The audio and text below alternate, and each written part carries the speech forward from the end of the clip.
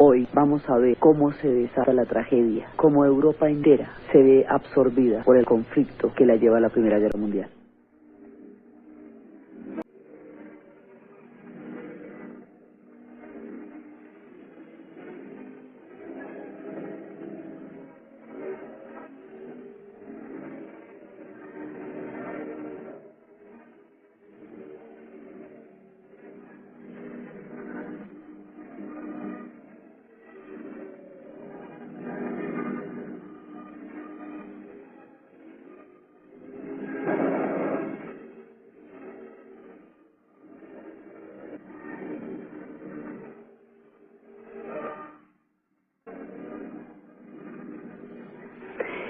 La vez pasada estábamos viendo toda la cantidad de fuerzas que se estaban moviendo dentro de una época tan esplendorosa como fue la Belle Époque, y dentro de una cantidad de optimismo en el pensamiento, en la ciencia, en el arte, en la evolución, en el progreso, y dentro de un mundo rutilante para muchos, digamos que parecía en un principio como un logro gigantesco de un gran proceso de civilización.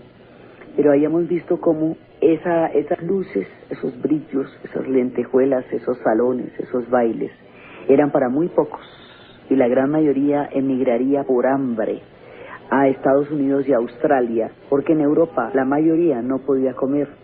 Y habíamos visto cómo diferentes bloques de poder se van enfrentando poco a poco hasta llegar a un punto en que van a desembocar en una tragedia.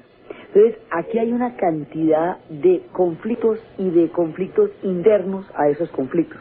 Es decir, la Segunda Guerra Mundial normalmente es más comprensible en términos de miniseries porque fundamentalmente es Alemania contra el resto del mundo. Entonces los alemanes atacaron y el resto de la gente se defendió, y de cómo pasó eso es lo que entonces los alemanes atacaron y el resto de la gente se defendió, y de cómo pasó eso es lo que les cuentan a la gente de la Segunda Guerra Mundial. Pero resulta que la Segunda Guerra Mundial no es comprensible sin la Primera. No puede uno entender de dónde salieron esos bloques si no entiende cómo se formaron, porque eran como icebergs que se fueron desprendiendo y chocaron unos contra otros formando una avalancha terrible. Entonces hay diferentes niveles, digamos, de conflictos, unos al interior de otros, como las muñequitas rusas, que adentro tienen otras muñequitas hasta llegar a muñequitas más chiquitas, y como si se enfrentaran un montón de bloques de muñequitas, cada una de ellas con conflictos interiores. Entonces aquí hay un proyecto que se llama el paneslavismo, y ese proyecto que llamamos el paneslavismo consistía en la expansión del imperio ruso por entre todos los pueblos de los Balcanes que son eslavos. Ese es un proyecto, el imperio ruso. Hay otro proyecto que hemos visto que era el pangermanismo, y el pangermanismo era el avance que pensaban hacer los austrohúngaros sobre la península de los Balcanes al ver que el imperio otomano se estaba encogiendo, y que incluía tomarse la mayor cantidad de la península posible. A este proyecto del avance del imperio austrohúngaro lo van a estar apoyando los alemanes por una cosa que se llama la fidelidad nibelunga. Y la fidelidad nibelunga es ni más ni menos que una alianza germana, o sea, pangermanismo. Es decir, los pueblos austriacos y los pueblos alemanes son todos pueblos germanos. Entonces la idea era que los germanos avanzaran sobre la península. Por eso se les digo que el pangermanismo, o sea, los austriacos y los alemanes, se va a enfrentar por el reparto de los Balcanes con el paneslavismo, o sea, los rusos y todo el combo que vive en los Balcanes, ¿sí? Es decir, los Balcanes, que son el puente que une a Europa con Asia, ese puente tendido entre Europa y Turquía, van a ser el epicentro de un reparto, y por ese reparto es que se va a dar este lío tan terrible. Al interior, entonces, una cosa son los imperios grandotes que están gravitando para tratar de sacar partido, tomar ventaja, echarle mano al nuevo reparto balcánico. Entonces, el otro pedazo es el imperio turco otomano, que está en una rebelión con los jóvenes turcos, Los jóvenes turcos son aquellos que piensan que un imperio paquidérmico con esta cantidad de lastre ya no les sirve a nadie y no es viable. Ellos quieren disolver ese imperio y hacer una nación moderna que se llame Turquía. Ese proyecto de nación moderna le cae bien a Alemania y hace que se vayan a convertir en aliados de Alemania. Los antiguos enemigos de los austrohúngaros se van a convertir eventualmente en aliados de Alemania porque quieren ser una nación pujante y moderna. Y el ejército que van a hacer, lo van a hacer con el modelo del ejército alemán. Y Alemania se va a convertir en una especie de mediador entre los austriacos, o sea, entre los austrohúngaros y los otomanos, que habían sido enemigos eternos durante 5 siglos, y ahora, por aquellas cosas del ajedrez y el billar de la historia, terminarán del mismo bando. Entonces lo que estamos contando es cómo van a formar aquí los bandos y de qué manera se van a enfrentar. Y esto es lo que tiene que quedar desmenuzadito para que uno pueda entender qué fue lo que pasó ahí. Entonces, los turcos se van a ir aproximando hacia los alemanes en la medida en que se quieran modernizar y en la medida en que quieran disolver el imperio. En Turquía hay muchas divisiones, porque es que los jóvenes turcos van contra sus padres, que eran los sultanes, para disolver el imperio y crear una nación europea moderna. Turquía siempre se ha debatido entre su ancestral mundo islámico asiático y las fuerzas de la Europa moderna que la están jalando, más la rebelión de los árabes que estábamos viendo en la serie de Egipto que se estaba orquestando con Lawrence. Entonces, eso va a hacer que eventualmente terminen del mismo bando los turcos otomanos, los austrohúngaros y los alemanes. Unos por alianzas, como es el caso de los austriacos y los alemanes, y otros por acercamiento, que es como el caso de los turcos. El asunto es que los turcos ya están perdiendo el imperio se está agrietando y está haciendo agua, y lo primero que pasa es que hay una guerra de la Liga Balcánica contra los turcos otomanos para sacarlos de Europa. Esas son las guerras balcánicas que se van a hacer en 1911, 1912 y 1913. En esas guerras, la idea es sacar a los turcos otomanos de ahí y repartirse entre los pueblos que están ahí montados, los Balcanes, crear las naciones. O sea, hay una fuerza de imperios, que son los austrohúngaros por un lado, los rusos por el otro, y los otomanos por el otro. Pero lo que se están repartiendo son un poco y pueblos de carne y hueso. Esos pueblos de carne y hueso tienen ellos sus propios proyectos, y sus proyectos son nacionalismos, son estados nacionales. Ellos quieren ser un estado, lo mismo que Alemania quería ser un estado, pues ellos lo que pasa es que son chiquitos, pero también quieren ser un estado, y esa fuerza va a ser determinante. Entonces lo que les voy a contar ahorita de cómo están compuestos los eslavos, no es para que nadie se lo aprenda porque eso no es aprendible, es simplemente para que se imaginen la cantidad de pueblos que hay ahí dentro, la diversidad, lo heterogéneo, lo complejo, lo confuso que son los pueblos de adentro, es decir, las muñecas contenidas al interior de la matrusca, los que están en los imperios. Entonces, esto es más o menos de la siguiente manera. 2 grandes pueblos se reparten en la península al sur, más de 8 millones de griegos, al norte alrededor de 25 millones de eslavos del sur, que son distintos a los eslavos del oeste, que son checos y polacos.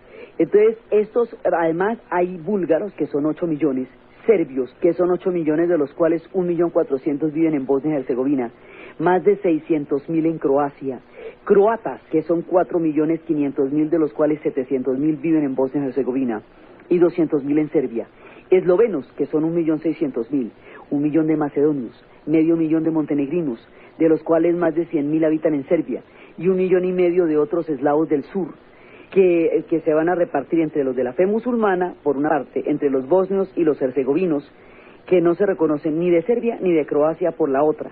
A esto le vamos a agregar albaneses, 2 millones de la propia Albania, 900 del territorio autónomo de Kosovo, que hoy pues pertenecía después a Yugoslavia, los gitanos, los judíos y los turcos, y algunas comunidades que fueron cedidas por Rusia cuando perdió la guerra de Crimea, y echaron salsa tártara en el asunto, entonces también había tártaros por allá. Es decir, la formación de los pueblos eslavos en los Balcanes es una población que es el resultado de muchas reparticiones. Ellos formaron parte en una época del Imperio Bizantino, luego formaron parte del Imperio Austrohúngaro, luego formaron parte del Imperio Otomano, y cada vez que un imperio los ha repartido, ha creado enclaves. Esos enclaves son especies de parches. Un parche es un pedazo de su cuadra, de su familia, de sus amigos o de sus parceros que viven en otro lado, pero que son de su misma familia. El hecho de que su hermano se vaya a vivir a otra ciudad no quiere decir que deje de ser su hermano, quiere decir que usted tiene familia en otra ciudad. Esos son los enclaves. Por eso si decimos que tantos millones de serbios viven en Bosnia-Herzegovina, estamos diciendo que hay una familia serbia grande en Bosnia-Herzegovina. Entonces, ¿qué pasa? Cada uno de estos pueblos de los Balcanes fue hegemónico en alguna ocasión, y alguien lo aplastó, y alguien se lo repartió. Entonces todo el mundo tiene la reclamación de que alguna vez fue dueño del balón, y que alguna vez tuvo todo ese territorio, y eso crea un proyecto imaginario, que en el caso de Serbia se llamaba la Gran Serbia. La Gran Serbia consistía en anexarse a la Bosnia-Herzegovina, digamos en unirse, en este caso era unirse porque era más una sociedad, para crear esa Serbia que ellos consideraban que formaban parte con la Bosnia-Herzegovina. Croacia quiere otro tanto, y así también lo van a querer los demás pueblos. Bulgaria también quiere eso. Entonces, cuando se van los turcos otomanos de allá, después de las guerras balcánicas, la repartición de todos estos pueblos, ¿quién se queda con la Macedonia? Si la Macedonia es griega o la Macedonia es de los eslavos del sur.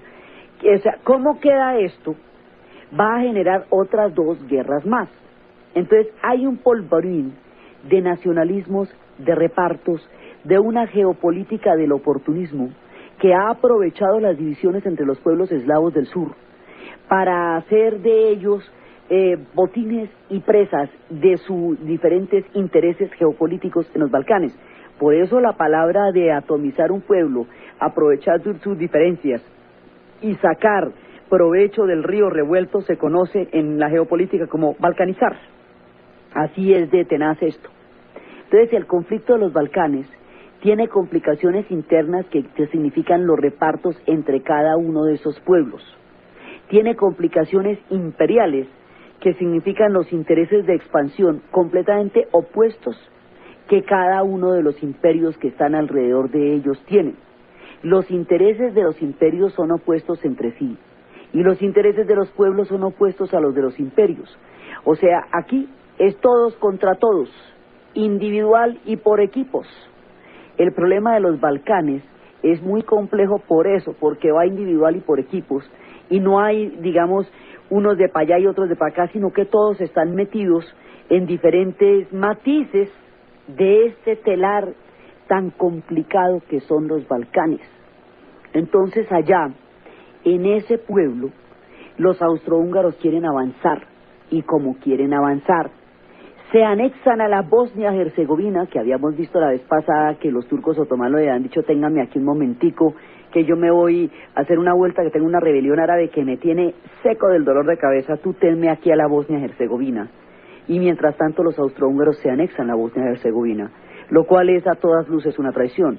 Eso hace que los bosnios se sientan completamente enfermos de ser anexados cuando estaban hechos un protectorado y estaban en una situación de transición administrativa que los iba a llevar hacia la independencia en algún momento, y ahora quedan anexados. Esa anexión de Bosnia-Herzegovina va a hacer que el proyecto de la Gran Serbia se vea seriamente amenazado, porque la Gran Serbia contaba con este pedazo de la Bosnia-Herzegovina para armar su serbiota grande.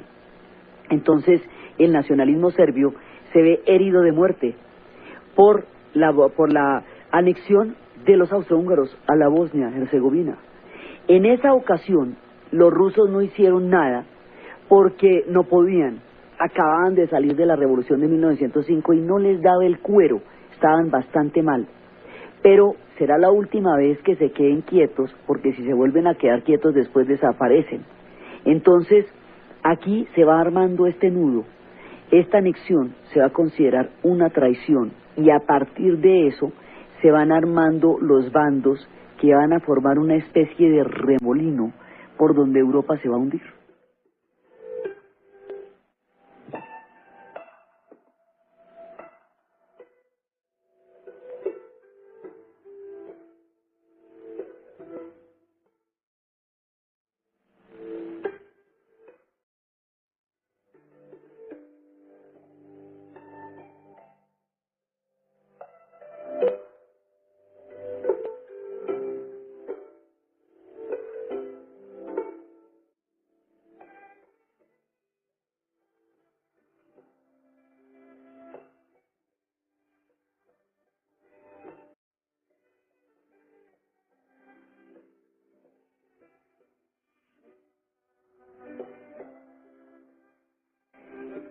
Aquí cada cual va a velar por sus intereses y va a tener supuestos que el otro no va a atacar y que yo sí voy a atacar.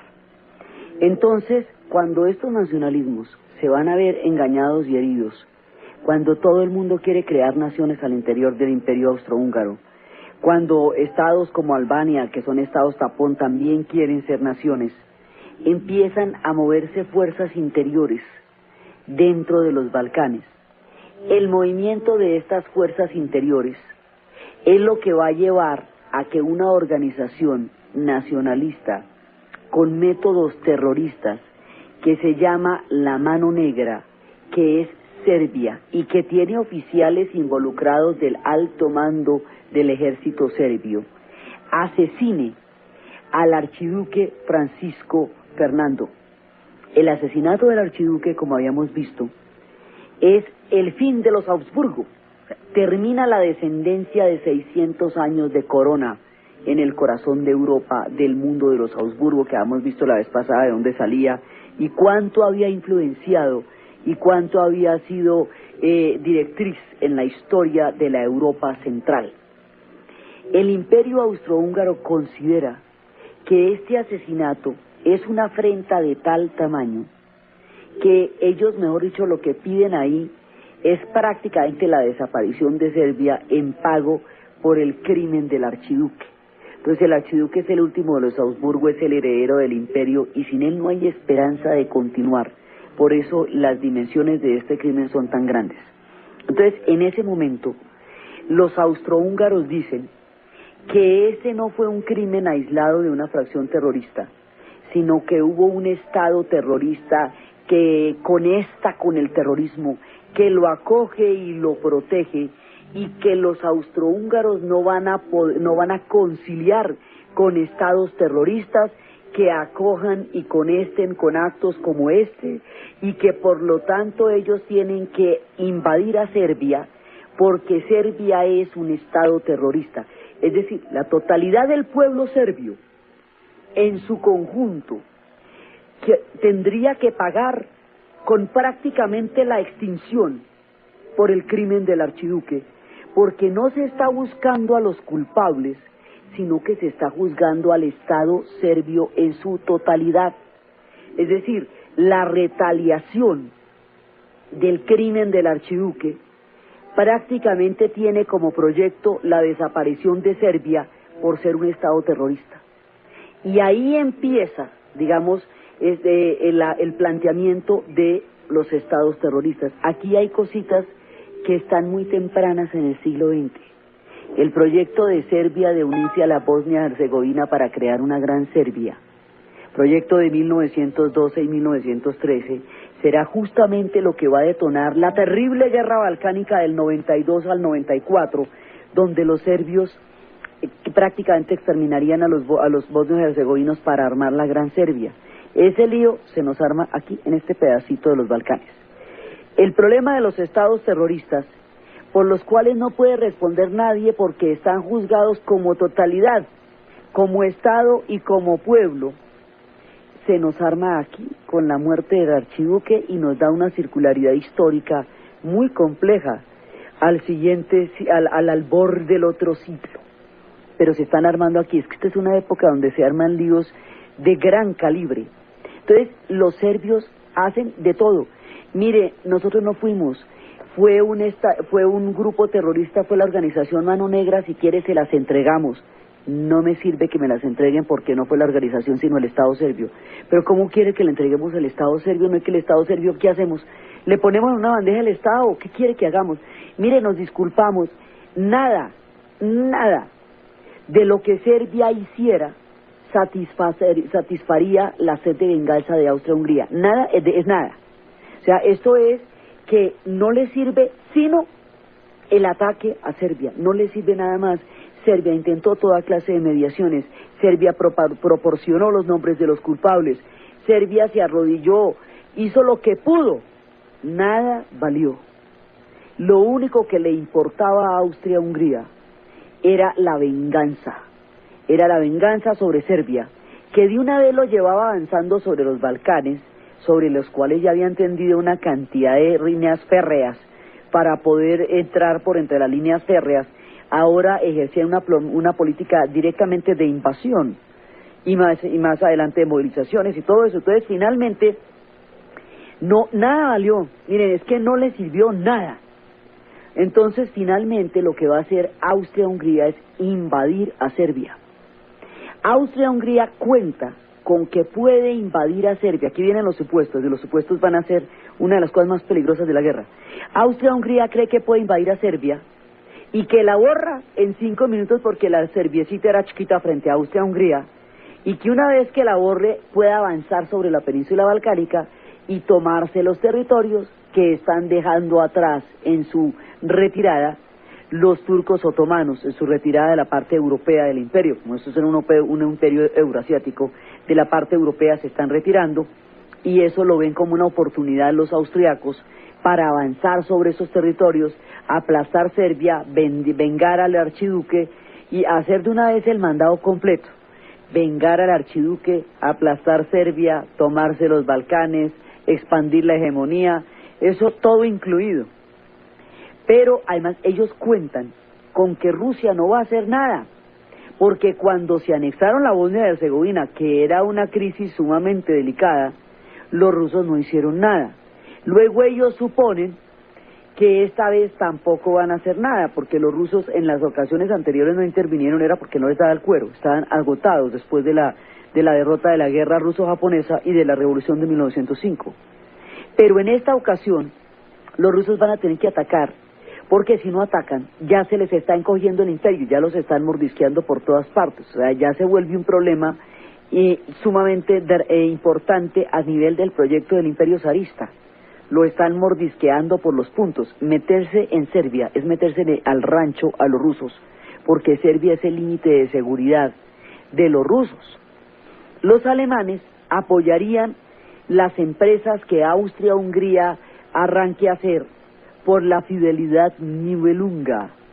Estamos hablando del anillo de los Nibelungos de la mitología germánica, que es la que, por eso digamos va a ser conocido por las obras de Bach, pero básicamente es la mitología de los germanos que hablan de este anillo de los Nibelungos. Esa fidelidad Nibelunga es la manera como se expresa el pangermanismo, es decir, el proyecto de una gran Alemania, de una unión de todos los pueblos germanos para tener una hegemonía en Europa. Por esa razón, Alemania va a apoyar a Austria-Hungría en cualquiera que sea la empresa donde se meta. Austria-Hungría piensa que Rusia no va a respaldar a Serbia porque no lo hizo cuando Bosnia y Herzegovina. Los asesores le dicen al zar, le toca meterse en esta guerra, lo quiera o no, porque si usted no participa en esta guerra, en ese momento puede pasar que pierda todo el imperio, porque el juego de expansión que se está dando en los Balcanes es en serio, y cualquier día podemos tener a los austrohúngaros aquí en Moscú si usted no se pellizca. Entonces le toca enfrentarse a los austrohúngaros, quiera lo que no. El zar decide hacer caso y moviliza a todas las tropas. La movilización general, porque es que, mire la maniobra. Los rusos quieren atacar a los austriacos sin meterse con los alemanes, porque los alemanes no son su tema ni están bravos con los alemanes, están bravos con los austriacos por haber atacado a Serbia. Pero al movilizar todas las tropas, al hacer llamar a la movilización general, los alemanes sí se sienten atacados, se sienten amenazados porque son aliados de los austriacos. Es muy difícil por el sistema de alianzas que usted se pueda meter con uno sin tener que enfrentarse con nosotros. El sistema de alianzas amarra a los países bélicamente de una manera tal que si usted, por lo mismo las pandillas, lo que es con él es conmigo. Entonces usted no se puede meter con los austriacos sin que detrás le vengan los alemanes, porque para eso está el sistema de alianzas. Ahora, los austriacos cuentan con que a Serbia la van a borrar, eso no les parece ni siquiera batalla, simplemente la arrasan, porque es un país chiquito enfrentado a un imperiote grandote. Entonces los austriacos piensan que los serbios, eso es pelea de toche con burro amarrado, entonces de toche con guayaba. Entonces en ese momento piensan que ahí no va a haber ningún tipo de resistencia y que los serbios van a quedar aplastados. Pero como la historia está llena de sorpresas, en Serbia había un rey viejito, un hombre ya entrado en años. Este rey viejito, cuando ve que los austrohúngaros, que las tropas del imperio austrohúngaro están avanzando sobre Serbia, se llena de coraje, se llena de valor, y en un acto de heroísmo sin precedentes, llena de fervor a los serbios, y los serbios les dan una resistencia a los austrohúngaros que ellos jamás se hubieran imaginado. El rey viejito coge su arma vetusta, dispuesto no solo a morir, sino a resistir, sobre todo a resistir. Y los austrohúngaros jamás se imaginaron que los serbios le fueran a salir generales, que fueran a aparecerse con tal valor, con tal arrojo, con tal coraje, que los pararon. Ahí donde los ve, los pararon, increíble, los pararon.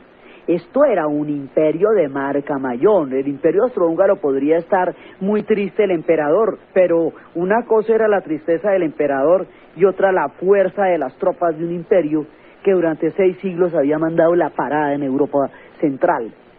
Pues a ese mismísimo imperio, tan grande y poderoso como era, lo paró el rey viejito con su grupo de serbios bravos, dispuestos, porque es que los serbios sí no tenían nada que perder, no es que si entran los acaban, el propósito era acabarlos. Hubiera desaparecido esa nación, donde el rey viejito no se revista de semejante coraje, de semejante entereza, y no logre sacar de su pueblo el heroísmo más impresionante del mundo. Los serbios resistieron contra todo pronóstico, contra cualquier cosa que se hubieran imaginado los austríacos. Los serbios resistieron como pueblo lo suficiente para que entraran las tropas rusas. Al entrar las tropas rusas, pues ya se salvan, ¿ve? Porque ya hay un apoyo importantísimo y la guerra coge otro curso distinto. La guerra va a empezar en Serbia. Mire, esta es una guerra complicada y paradójica, porque empezando en Serbia, no es allá donde se van a librar las batallas más grandes. Las batallas más grandes se van a librar es en Francia. Y uno dice, pero ¿cómo? ¿A qué horas vamos a dar esa vuelta? Pues la cosa empieza en Serbia. Lo que se imaginan los austriacos es que pasa por Serbia como Julio César Vini Vidi Vinci, llegué, vi, vencí y chao el amigo, y resulta que no hay ningún chao el amigo. Resulta que los serbios resisten, resulta que los rusos atacan, resulta que los rusos sí hacen una movilización general, y esa movilización general inmediatamente le va a dar otro carácter a la guerra. Rusia es aliada con Francia, ¿verdad? Y es aliada con la Gran Bretaña. Entonces, en ese momento se meten las fuerzas, se desencadenan las fuerzas de los rusos allá, y los serbios van a resistir. Los Balcanes, curiosamente, a los que nadie le paraba bolas, a los que siempre los consideraban hermanos menores de la gran Europa, van a generar el polvorín por todas las diferencias que tienen, los repartos de los imperios, los nacionalismos, la misma pobreza, todo, y se van a convertir como en una especie de remolino, como cuando usted llena un lavamanos y lo va a desocupar y toda el agua se va por el sifón. Los Balcanes terminan siendo un sifón por donde se va toda la Europa, la esplendorosa, la fantástica, la bailarina, la pensativa, la tecnológica, toda se va a ir para el drenaje por entre la cañería de este sifón de los Balcanes que nadie consideraba importante y que es por donde el mundo va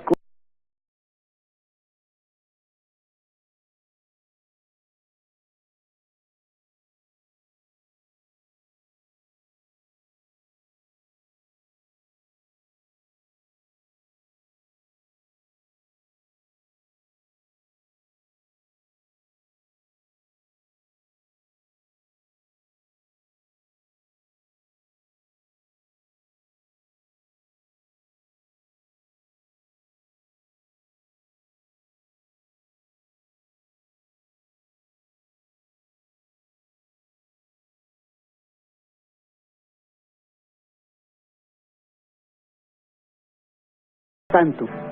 Cuando se da la movilización general de todas las tropas rusas, los alemanes piensan que si van a ser atacados y van a movilizar sus tropas también, todas. Se van a dar movilizaciones generales. La estrategia de los alemanes aliados de los austrohúngaros, es la siguiente. Ellos quieren, todo el mundo libra una batalla como libró la guerra anterior. Siempre piensan en la guerra anterior para la siguiente, pero en la siguiente las cosas son distintas. Entonces los alemanes lo que van a hacer es, ellos quieren atacar a Rusia, ¿cierto? Pero no van a atacar a Rusia directamente, van a atacar a Francia para someter el frente de los franceses rápidamente.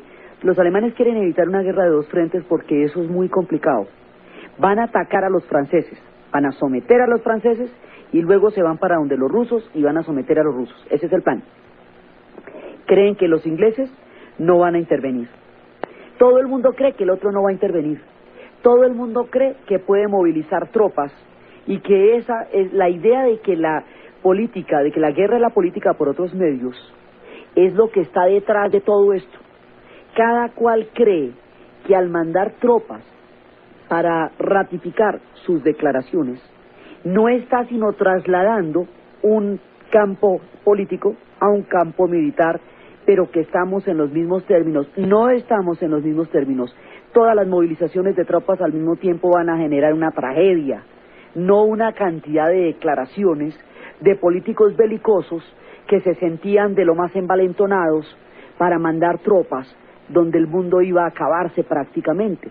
Entonces, los alemanes quieren hacer una batalla como la de Sedán.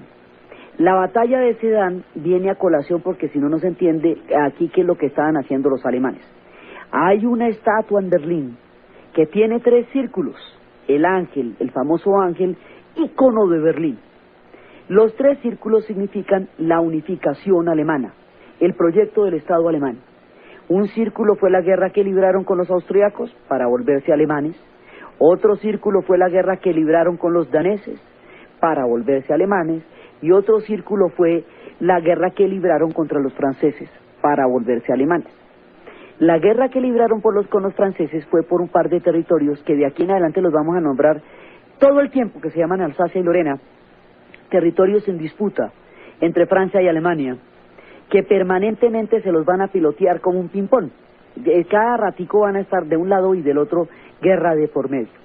Cuando se hace la guerra franco-prusiana por los territorios de Alsacia y Lorena, que es cuando sucede lo que se llamaría el affaire Dreyfus, que es cuando el capitán Dreyfus fue acusado de traición al ejército francés y de facilitar información a los alemanes, cuando en realidad él era totalmente inocente y era por judío que lo juzgaron, y fue el antisemitismo lo que llevó a la degradación militar y política del capitán Dreyfus, y fue el valor de Émile Zola lo que llevó a descubrir este complot antisemita, y fue este affaire Dreyfus el que lleva a los judíos a jurar que van a tener un estado y no descansarán hasta que lo tengan. Todo eso sucede en la guerra franco-prusiana. En la guerra franco-prusiana, los alemanes entraron de manera fulminante sobre Francia y la acabaron, la derrotaron, le quitaron el rey, lo pusieron a Napoleón III, lo pusieron en ese momento en estado de custodia, los humillaron, los obligaron a firmar un tratado terrible en Versalles, les quitaron los territorios de la Alsacia y Lorena, y esta herida de los franceses después va a hacer que el final de la Primera Guerra Mundial sea exactamente lo mismo, pero al revés de cómo terminó la guerra de la batalla de Sedán. En la batalla de Sedán todavía existe el concepto de la batalla definitiva. Todavía se cree que hay una gran batalla donde todo el mundo va a ser derrotado y usted va a salir como Crispín Crispiniano en Enrique IV, o usted va a salir victorioso como en Crecy, o va a salir victorioso como en Waterloo, o como en Austerlitz. Ya no son los tiempos de Waterloo, ya no son los tiempos de Austerlitz, ya no va a haber una batalla definitiva. Aquí lo que va a haber es una carnicería perpetua. Entonces están pensando que esto es una guerra rápida. Rápidamente entran sobre Francia, 1, 2, 3 por mí, la conquistan, la doblegan. Mire, los austríacos pensaron que rápidamente entraban sobre Serbia, 1, 2, 3 por mí, la conquistaban, la doblegaban, y que los rusos iban a quedar quietos y no iban a hacer nada. No la doblegaron y Rusia entró.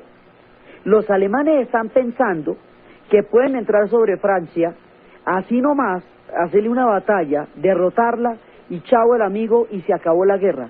Todo el mundo está pensando que va a ser una incursión rápida, drástica, eficaz, corta, sobre todo corta, y que se van a devolver para su casa, y que les va a coger la noche para alcanzar a estar en la guerra. Eso les parece que si no se enlistaban inmediatamente se la perdían y no iban a alcanzar a llegar a la guerra porque esto era rapidito que ir a la guerra. Resulta que esto no va a ser así, ya nunca más. Las incursiones rápidas, eficaces, esas operaciones se acabaron y se acabarían. De ahí para adelante las cosas cogerían un rumbo totalmente diferente. A nadie se le ocurrió pensar, miren, vamos a hacer una guerra mundial, vamos a matarnos todos, vamos a destruir Europa, va a durar 4 años, hasta que nadie quede vivo y todos quedemos asolados, y luego vamos a hacer una segunda, donde vamos a meter a la población civil, vamos a matar 50 millones de personas y vamos a quedar destruidos y heridos de muerte. No, a nadie se le ocurre que en las guerras va a pasar eso. Todo el mundo tiene un aire triunfalista, todo el mundo cree que eso es cuestión de media hora, que no es sino llegar y hacer la vuelta como si fuera un mandado, y ya hecho el mandado, chao el amigo. Así no son las guerras. Una vez que empiezan, usted no tiene ni idea cómo las va a terminar, ni qué tan hondo se le va a ir, ni cuánto tiempo va a durar, ni cómo va a salir de ahí. Y esas lecciones no nos las hemos aprendido, evidentemente. Entonces resulta que los alemanes piensan que esto es de media hora. Eso yo le hago la vuelta y ya. Entonces los alemanes han pensado en atacar a Francia, pero ¿cómo van a hacer para atacar a Francia directamente? Eso es muy difícil. La van a atacar de costado. De costado significa que la van a atacar por el flanco. El flanco de Francia se llama Bélgica. La pobre Bélgica va a tener que sufrir en las 2 guerras mundiales el ser el flanco de Francia. Tanto en la primera como en la segunda, el ataque a Francia se va a hacer por Bélgica. Y la pobre Bélgica, sin comerlo ni beberlo, sin ningún interés, sin pa' qué ni por cuándo, pero imagínense a ustedes qué le van a importar a los belgas un conflicto en los Balcanes entre los austrohúngaros y los serbios por el archiduque, como para que ellos queden en el corredor de la Primera Guerra Mundial por el sistema de alianzas que tenía Alemania con Austria-Hungría, y los arrasen. Pero por favor, ¿esto qué llaman? Pues les pasaron por encima, así nomás. Al pasarles por encima a los belgas, Inglaterra, desde las épocas de Napoleón, se había comprometido a cuidar a Bélgica chiquita, porque Bélgica chiquita no tiene unos ejercitotes grandotes que pudieran defenderla de los lobos. Entonces, Inglaterra, desde el momento en que las guerras napoleónicas terminaron, prometió que la Bélgica chiquita la cuidaría Inglaterra siempre. Así que si usted rompía la neutralidad de Bélgica, que se había declarado siempre neutral, usted se las veía con Inglaterra, porque esa era su palabra y ese era su compromiso. Así que siendo Inglaterra aliada de Francia y siendo Inglaterra aliada de Rusia, en realidad no fue por ellas que se metió a la guerra, aunque eventualmente le hubiera tocado porque estaba comprometida con ellas. No, fue por la neutralidad de Bélgica chiquita que ella se había comprometido, no solamente por su palabra empeñada, sino porque es que Bélgica le quedan las narices a Inglaterra. Eso está muy cerquita ahí. Si ustedes miran el mapa, eso hay ahí, eso es cerquita. Entonces, ¿qué pasa? Los ingleses a su vez, bueno, los ingleses no tienen ningún interés en meterse en una guerra de este tamaño porque ellos están regios, tienen semejante imperio, acaban de pasar una era de esplendor y de gloria cuyos ecos todavía retumban en el Palacio de Buckingham. La era victoriana, la emperatriz de la India, los grandes ministros como Disraeli, las batallas de Khartoum, toda la cantidad de gloria que creó el poderoso imaginario del Imperio Británico, hace que ellos básicamente estén bien como están. Pero es un tiempo belicista este. Es un tiempo donde todo el mundo cree que la guerra vale la pena y que la guerra soluciona cosas. Es un tiempo de la novela de las 4 plumas, cuando la guerra en Sudán y uno de ellos, británico, se niega a ir a la guerra, que le dan a dar 4 plumas en símbolo de cobardía, 3 de los amigos y una de la novia, y que él va a pasar mediante las pruebas de valor más inarrables, recogiendo las plumas de las que fue acusado por cobardía. Este es un tiempo en que el pacifismo está completamente out, a nadie se le ocurre, y todo el mundo está pensando que la guerra es una gran aventura, que la guerra es gallarda, es emocionante, hace que las chicas se derritan por los soldados en los bailes y en los salones, y se imaginan estas orquestas y estos bailes y estas maravillas, y todo el mundo, o sea, la idea de la guerra se vende porque todo el mundo cree que hay honor, gloria, amor, epopeya, heroísmo por conquistar en una guerra, sobre todo de este tamaño. Entonces la movilización de tropas se va a hacer de voluntarios, todo el mundo se va a enlista, pero ligero, pero es ya, porque es que si no, se le acaba la guerra y no la participó. Entonces eso es lo que va a hacer que estos muchachos de Australia, aburridos de ver las ovejas, crean que la gran aventura los está esperando en la guerra mundial. Y estos muchachos de Nueva Zelanda crean lo mismo y se van a meter en los escuadrones que se llaman los ANZACs, que son los ejércitos de Australia y Nueva Zelanda. Entonces, todo el mundo se va alistando en la guerra, todos cantando los himnos, llenos de fervor nacionalista, de beligerancia, de belicismo, de una idea de que la guerra es, mejor dicho, la gran aventura, y la idea de morir o matar en el frente les parece completamente sensacional. Entonces, el espíritu belicista de la época, compartido por todas las ideologías al mismo tiempo, porque el socialismo decía, también creía que la violencia era la partera de la historia, porque los imperios creían que estaban legitimados para invadir a los pueblos mediante los ejércitos y la guerra, porque los nacionalistas creían que podían cometer actos de terrorismo en nombre de la causa nacional. Todo el mundo glorificaba la violencia como medio para hacer valer sus ideales, sus intereses o sus grandes sueños. Y esa glorificación de la violencia va a tener una incidencia altísima sobre la tragedia, porque en el imaginario de la época, la sangre, la muerte y la violencia eran sinónimos de gloria. Aún no conocían el asco, el hastío y la sensación del alma rota y del suicidio de la razón a la que se verían abocados por esta cantidad de pompas belicistas de las que se fueron todos a la guerra. Todo el mundo fue dichoso. Las movilizaciones de tropas, una maravilla, eso todos se montaban en los trenes y todo el mundo, los trenes no se pueden devolver, ¿no? Una vez que usted movilice la totalidad de las tropas para el frente, usted no la puede echar para atrás. Eso todavía no tienen la movilidad para deshacer una orden de estas. No existen los equipos de transmisión ya en el frente.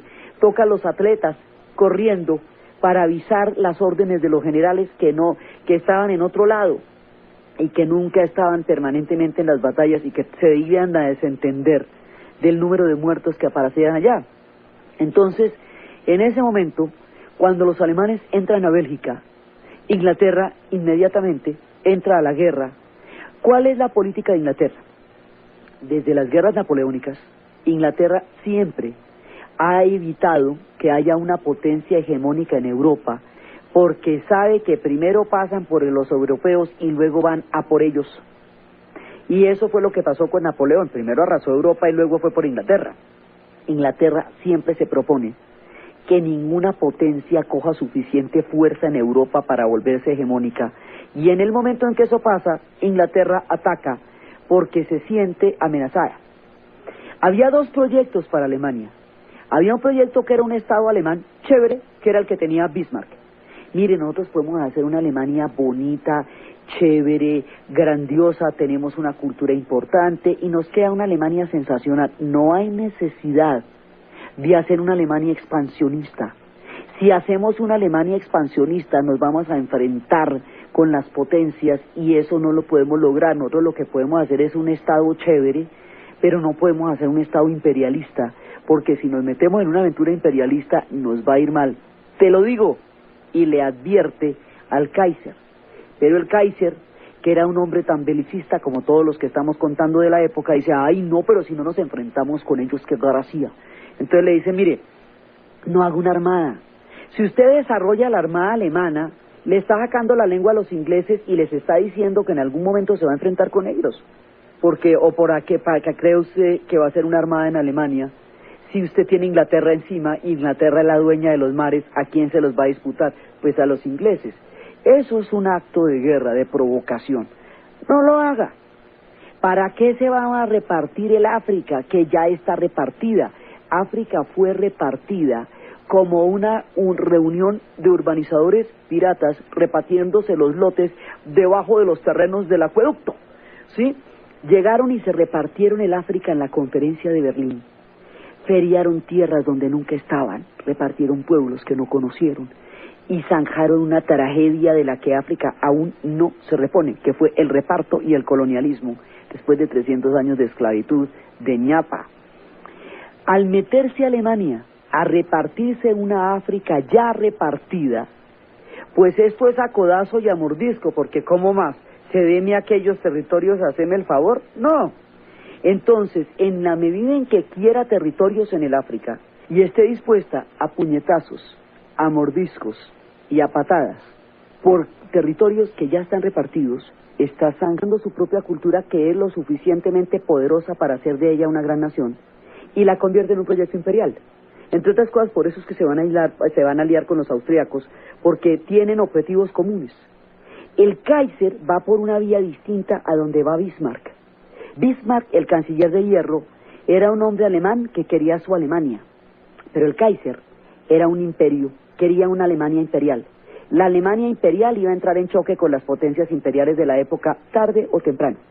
Así que estos proyectos contradictorios, uno para un lado y el otro para el otro, van a realmente a tomar un curso dramático cuando entren a Bélgica y se enfrenten con los ingleses. Ahora, la idea es entrar a Bélgica rapidísimo, entrar a Francia, tomarse Francia, derrotarla, hacer la batalla definitiva y punto, y luego ir a por los rusos, que es con los que se van a enfrentar. No hay problema con eso.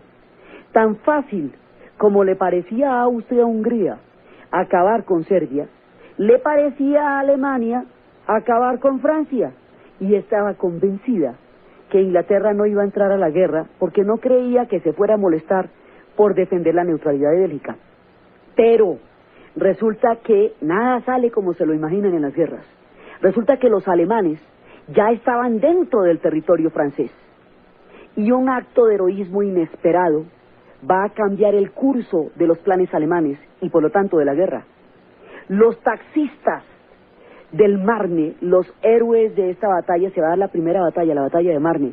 Resulta que los taxistas de París van a montar todas las tropas que había en la capital, y las van a movilizar hacia el Marne, donde están los alemanes, y van a parar a los alemanes. En el Museo de la Guerra en París está uno de los taxistas del Marne.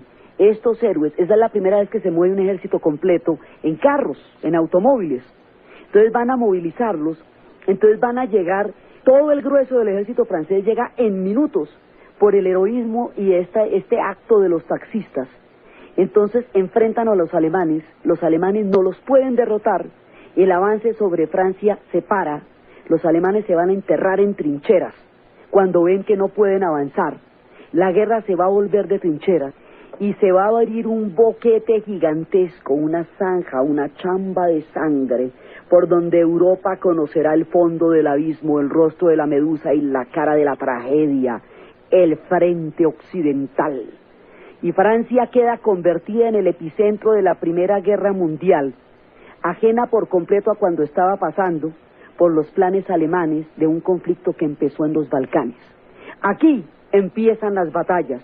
La primera es la del Marne, y luego dos batallas terribles que dejarán una huella de sangre en la memoria de la humanidad.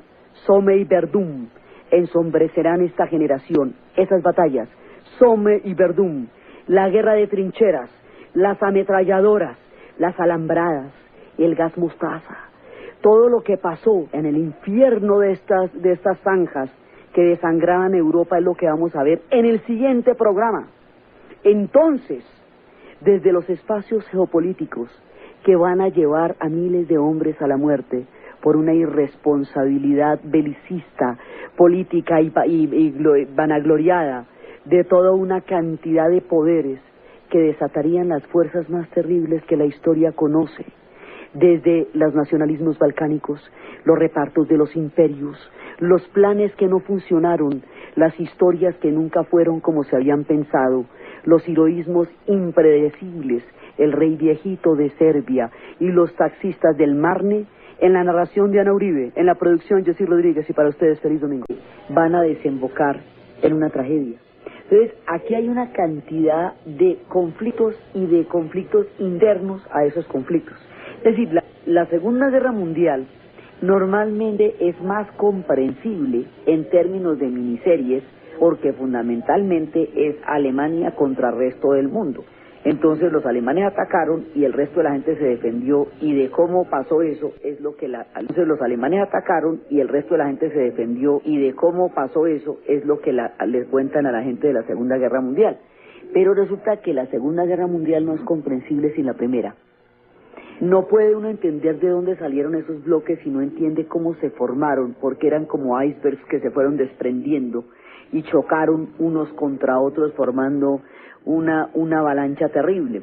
Entonces hay diferentes niveles, digamos, de conflictos, unos al interior de otros, como las muñequitas rusas, que adentro tienen otras muñequitas hasta llegar a muñequitas más chiquitas, y como si se enfrentaran un montón de bloques de muñequitas, cada una de ellas con conflictos interiores.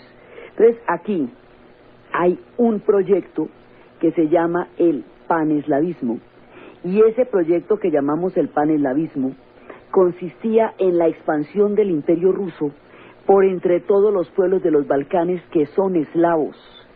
Ese es un proyecto, el imperio ruso. Hay otro proyecto que hemos visto que era el pangermanismo, y el pangermanismo era el avance que pensaban hacer los austrohúngaros sobre la península de los Balcanes al ver que el imperio otomano, ellos quieren disolver ese imperio y hacer una nación moderna que se llame Turquía. Ese proyecto de nación moderna le cae bien a Alemania y hace que se vayan a convertir en aliados de Alemania. Los antiguos enemigos de los austrohúngaros se van a convertir eventualmente en aliados de Alemania porque quieren ser una nación pujante y moderna. Y el ejército que van a hacer, lo van a hacer con el modelo del ejército alemán. Y Alemania se va a convertir en una especie de mediador entre los austriacos, o sea, entre los austrohúngaros y los otomanos, que habían sido enemigos eternos durante 5 siglos, y ahora, por aquellas cosas del ajedrez y el billar de la historia, terminarán del mismo bando. Entonces lo que estamos contando es cómo van a formar aquí los bandos y de qué manera se van a enfrentar. Y esto es lo que tiene que quedar desmenuzadito para que uno pueda entender qué fue lo que pasó ahí. Entonces, los turcos se van a ir aproximando hacia los alemanes en la medida en que se quieran modernizar y en la medida en que quieran disolver el imperio. En Turquía hay muchas divisiones, porque es que los jóvenes turcos van contra sus padres, que eran los sultanes, para disolver el imperio y crear una nación europea moderna.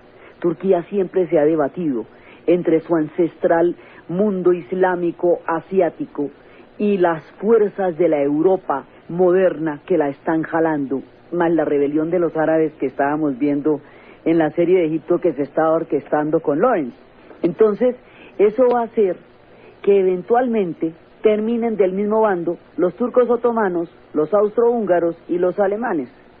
Unos por alianzas, como es el caso, estaban cogiendo, y que incluía tomarse la mayor cantidad de la península posible. A este proyecto del avance del imperio austrohúngaro lo van a estar apoyando los alemanes por una cosa que se llama la fidelidad nibelunga.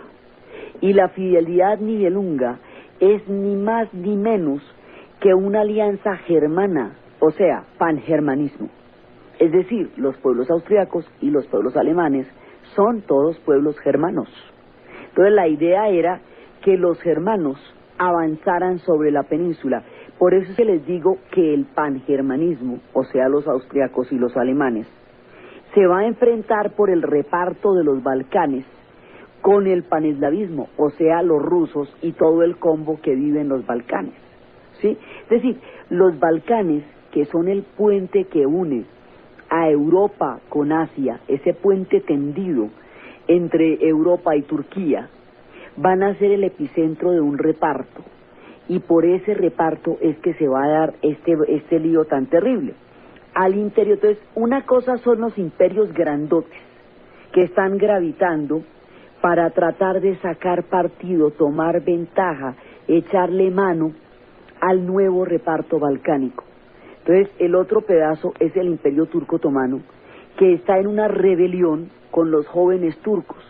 Los jóvenes turcos son aquellos que piensan que un imperio paquidérmico con esta cantidad de lastre ya no le sirve a nadie y no es viable. Hoy vamos a ver cómo se desata la tragedia, cómo Europa entera se ve absorbida por el conflicto que la lleva a la Primera Guerra Mundial.